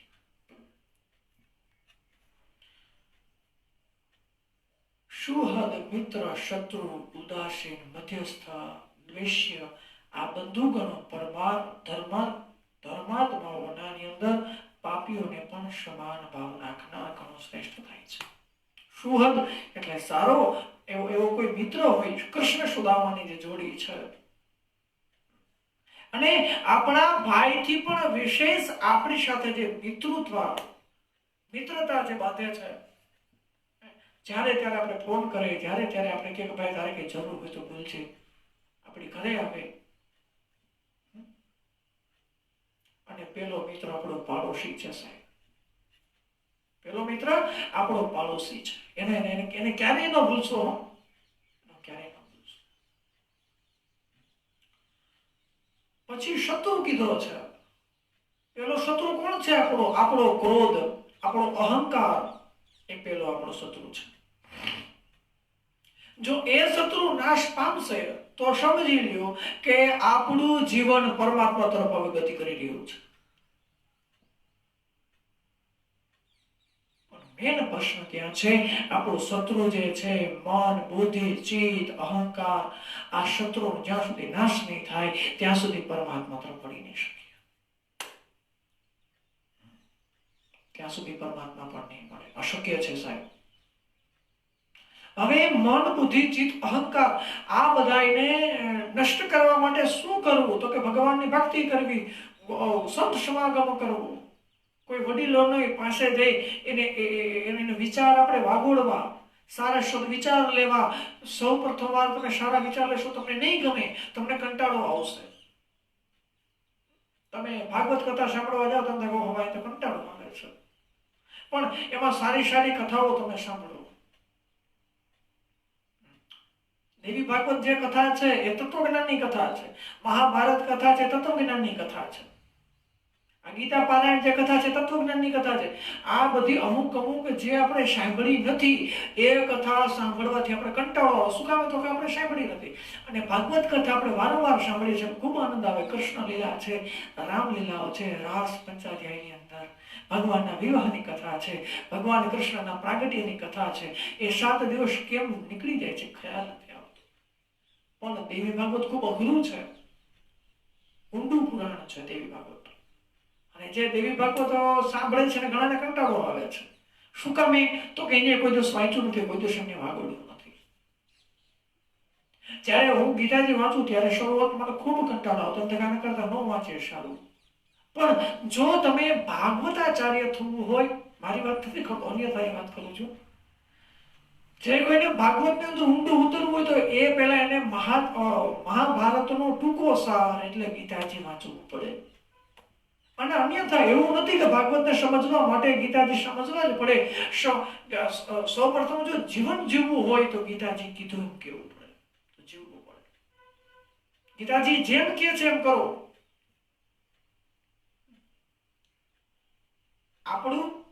આપણા ધર્મનું આ મોટું શાસ્ત્ર છે ગીતાજી. ગઈકાલે મેં તમને વાત કરી સ્વામી વિવેકાનંદની. વિદેશની અંદર સભા ભરાય, સભાની અંદર સૌપ્રથમ આપણે હિન્દુ ધર્મનું શાસ્ત્ર ગીતાજી રાખવામાં આવ્યું, એની પર અન્ય ધર્મના શાસ્ત્રો રાખવામાં આવ્યા. અને ત્યારે કોઈ વિદેશના કોઈ માણસે સ્વામી વિવેકાનંદને કીધું, સ્વામી વિવેકાનંદ તમે હિન્દુ ધર્મી છો? તો કે હા, હું હિન્દુ ધર્મનો છું. પણ તમારો હિન્દુ ધર્મ બહુ નાનો છે કે એમાં નથી, આમાં તમારો હિન્દુ ધર્મમાં ક્યાંય દેખાતો નથી. કેમ? તો કે તમારો હિન્દુ ધર્મ પણ જો ને, તમારું ગીતાજી સાવ નીચે, તમારા ધર્મનું પુસ્તક જે છે શાસ્ત્ર એ તો સાવ નીચે છે, કે એની શું વેલ્યુ હોય? વેલ્યુ અમારા શાસ્ત્રને જો કેટલું અમારું શાસ્ત્ર ક્યાં ઊંચું છે. અને ત્યારે સ્વામી વિવેકાનંદે એક જ વાત, એક વાક્યની અંદર આખો શાસ્ત્ર સમજાવ્યો છે સાહેબ. ત્યારે કીધું કે હે માણસ, હે જીવ, મને ખ્યાલ નથી, તમને ખ્યાલ કે દેશની અંદર વિદેશની અંદર કે રાજા પાસે, તેના વડાપ્રધાન પાસે આવું બધું કંઈક થયું, મને બહુ પણ મને થોડી ઘણી કથા મને શરૂ છે. ગઈકાલે મેં કથા કીધી છે, આજે થોડું કથાનું સ્વરૂપ તમને આપું છું.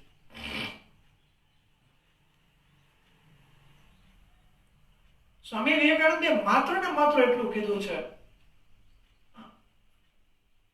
કે હે માણસ, ભલે તારા શાસ્ત્ર મોટા છે, તારા શાસ્ત્ર ઊંચા છે, પણ તારા શાસ્ત્ર, તારો ધર્મ ગ્રંથનો પાયો અમારી શ્રીમદ ભગવદ ગીતા છે. એનો ભૂલશો.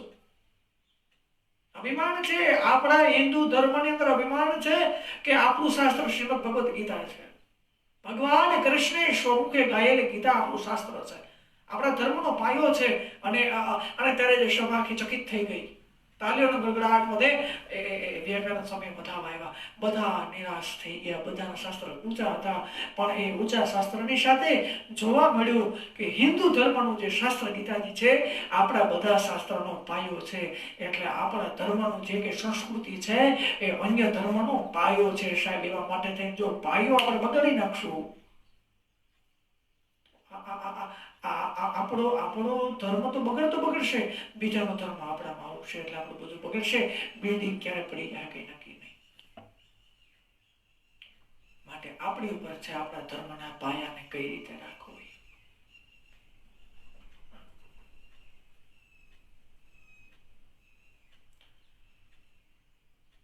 તદપશ્ચાત આગળની કથા મિત્ર, શત્રુ, ઉદાસીન, બંધુઓ, દ્વેષ, શાસ્ત્રોની કથા આપણે લીધી. આવા મોટા મોટા આવાસોની અંદર શાસ્ત્ર વાંચવા, મન ઇન્દ્રિય સહિત શરીરની અંદર વશની અંદર રાખનાર જે માણસ છે એને કોઈ માણસની પડી નથી. મન અને ઇન્દ્રિયો સહિત શરીરને વશમાં રાખે જે માણસ, એને કોઈની જરૂર નથી ધર્મયાત્રા કરવા. જે માણસ આવા શાસ્ત્ર અથવા ભક્તિ, મોટા મોટા શાસ્ત્રનું વાંચન કરે, કથાઓ સાંભળે, એને ક્યાંય જવાની જરૂર નથી. પોતે ત્યાં ને ત્યાં પોતાની આત્માને તો તૃપ્ત થયેલો છે. માટે જ્યારે આપણે જીવતા હોય, ભગવાનની દયા હોય, ધન ધાન્યની અંદર તો યાત્રા કરી લેજો, સમય પ્રમાણે હો. બાકી આપણી ઘરે જે સશાસ્ત્રો છે એ આપણી ઘરે આ જે પવિત્ર નદીઓ છે યાત્રા આવે છે. અને અમુક માણસોને તો મેં ત્યાં સુધી એવા જોયા છે કે ઘણા માણસોને મેં જોયા છે, નામ નથી દેવું, મારી પાસે નામ પણ છે, અન્યથાને મારે એવું કોઈનું નામ નથી દેવું, કે ગામનું મંદિર જોયું ન હોય અને હળદ્વાર જવાની વાતો કરે કે મારે હળદ્વાર જવું, મારે કાશી જવું છે, મારે સોમનાથ જવું છે, મારે શ્રીનાથજી જવું છે, મારે ચારધામની યાત્રા કરે. ગામનું મંદિર ક્યાં હોય ખબર ન હોય. શંકર બાપા ગામની અંદર હોય, રામ ભગવાન હોય, માતાજી હોય, પિતાજી હોય, એની કઈ ખબર ન હોય ગામમાં ક્યાં બિરાજે છે. કેવો તો છે, ગામના દેવના દર્શન કરો, પરગામના દેવના દર્શન કરવા જવાની જરૂર નહીં પડે. પણ માણસને ગામના દેવના દર્શન નથી કરવા અને પરગામના દેવના દર્શન કરવા જવા છે. ગણપતિ અને કાર્તિક સ્વામીની કથા આપણે બધા સમજીએ છીએ. સ્વયં પિતા શંકર મહારાજે કીધું, શિવજીએ કીધું, મહાદેવે કીધું કે જાઓ બે છોકરા યાત્રા કરી આવો. યાત્રા કરીને જે પહેલી વખત આવે એ મારા ચરણ ધોશે. કાર્તિક સ્વામી અને ગણેશ, કાર્તિક સ્વામી તો મોરના સારથીને સાથે લઈ વાહન લઈને નીકળ્યા છે અને ગણેશ કહે છે કે મારું યાત્રા, મારા મા બાપની પ્રદક્ષિણા એ મારી મોટી યાત્રા છે. શિવજી કીધું, હે ગણેશ, આ તું શું કરે છે? મારી પ્રદક્ષિણા યાત્રા કરવા જાય કે? અને ત્યારે ગણેશે કીધું, હે પિતા, મારી યાત્રા હું કરીશ, વાત સાચી તમારી, પણ મારી યાત્રા મારા મા બાપને પ્રદક્ષિણા કરવાથી અધિક એ કઈ છે જ નહીં.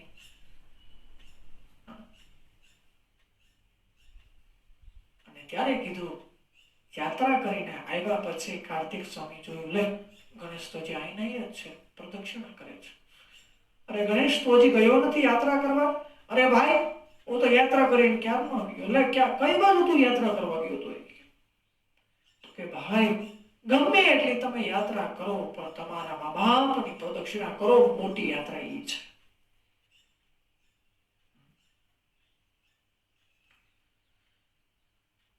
પણ યાત્રા પણ કરવી, અન્યથાની સાથે થઈ મન ઇન્દ્રિયોને પોતાના વશની અંદર રાખવા. સારી યાત્રા કરવી, યાત્રા ન કરી શકો તો કઈ નહીં, પણ સારા ધર્મના પુસ્તકોને વાંચવા, અન્યથા આપણા વડીલોની વાણીઓને સ્વીકૃત કરવી.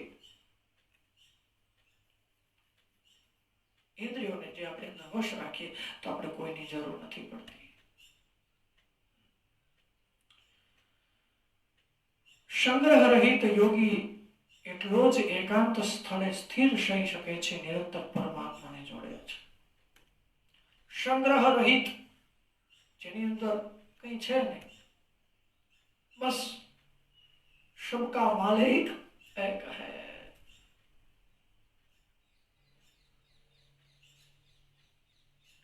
ગજેન્દ્ર ભાગવતમાં કથા આપણે પરિચિત છીએ, અને એની એ કથાની અંદર ગજેન્દ્રએ છેલ્લે ભગવાન પ્રકાર કર્યો છે, હે ગોવિંદ હે ગોપાલ અબ તો જીવન હારે. દ્વારિકાની અંદર પુકાર ગયો છે, દ્વારિકા में शब्द भाया सोर भाया भार है गोविंद है गोपाल अब तो जीवन हारे. હે ભગવાન, જીવન હારી ગયું છે. છેલ્લે પણ પરમાત્માને યાદ કર્યા છે. એ જ પ્રમાણે થઈ આત્મા નિરંતર સાથે થઈ, અને જે યોગી છે એ પોતાની એકાંતિકની અંદર પોતાની આત્મા એ જ પરમાત્મા છે એવો જ વિકાર કર્યો છે, વિશ્વાસ પોતે અંદર સંચય કર્યો છે. અને એ યોગી, એ જોગી, એ યોગી જે કહે છે એ પરમાત્માને પામે છે. ભગવાનની સાથે આત્મા પડે છે. પવિત્ર ભૂમિ પર જેના પર ક્રમ પ્રમાણે દર્ભ, મૃગચર્મ વસ્ત્ર પાથરેલા છે, તેમજ ન ઘણા ઊંચા ન ઘણા નીચા પોતાના આશ્રમને સ્થિર રૂપે સમજે છે. પવિત્ર ભૂમિ પર જે દર્ભનું આસન કરે છે, દર્ભને અતિ પવિત્ર કીધું છે. માણસ જ્યારે મૃત્યુ પામે ત્યારે દર્ભ પર સુવાડવામાં આવે છે. શું કામ? તેની અંદર બ્રહ્મા, વિષ્ણુ, મહેશ આદિ દેવો છે, જેથી કરી અને કોઈ માણસને યમના દૂતો નો તેડવા આવે.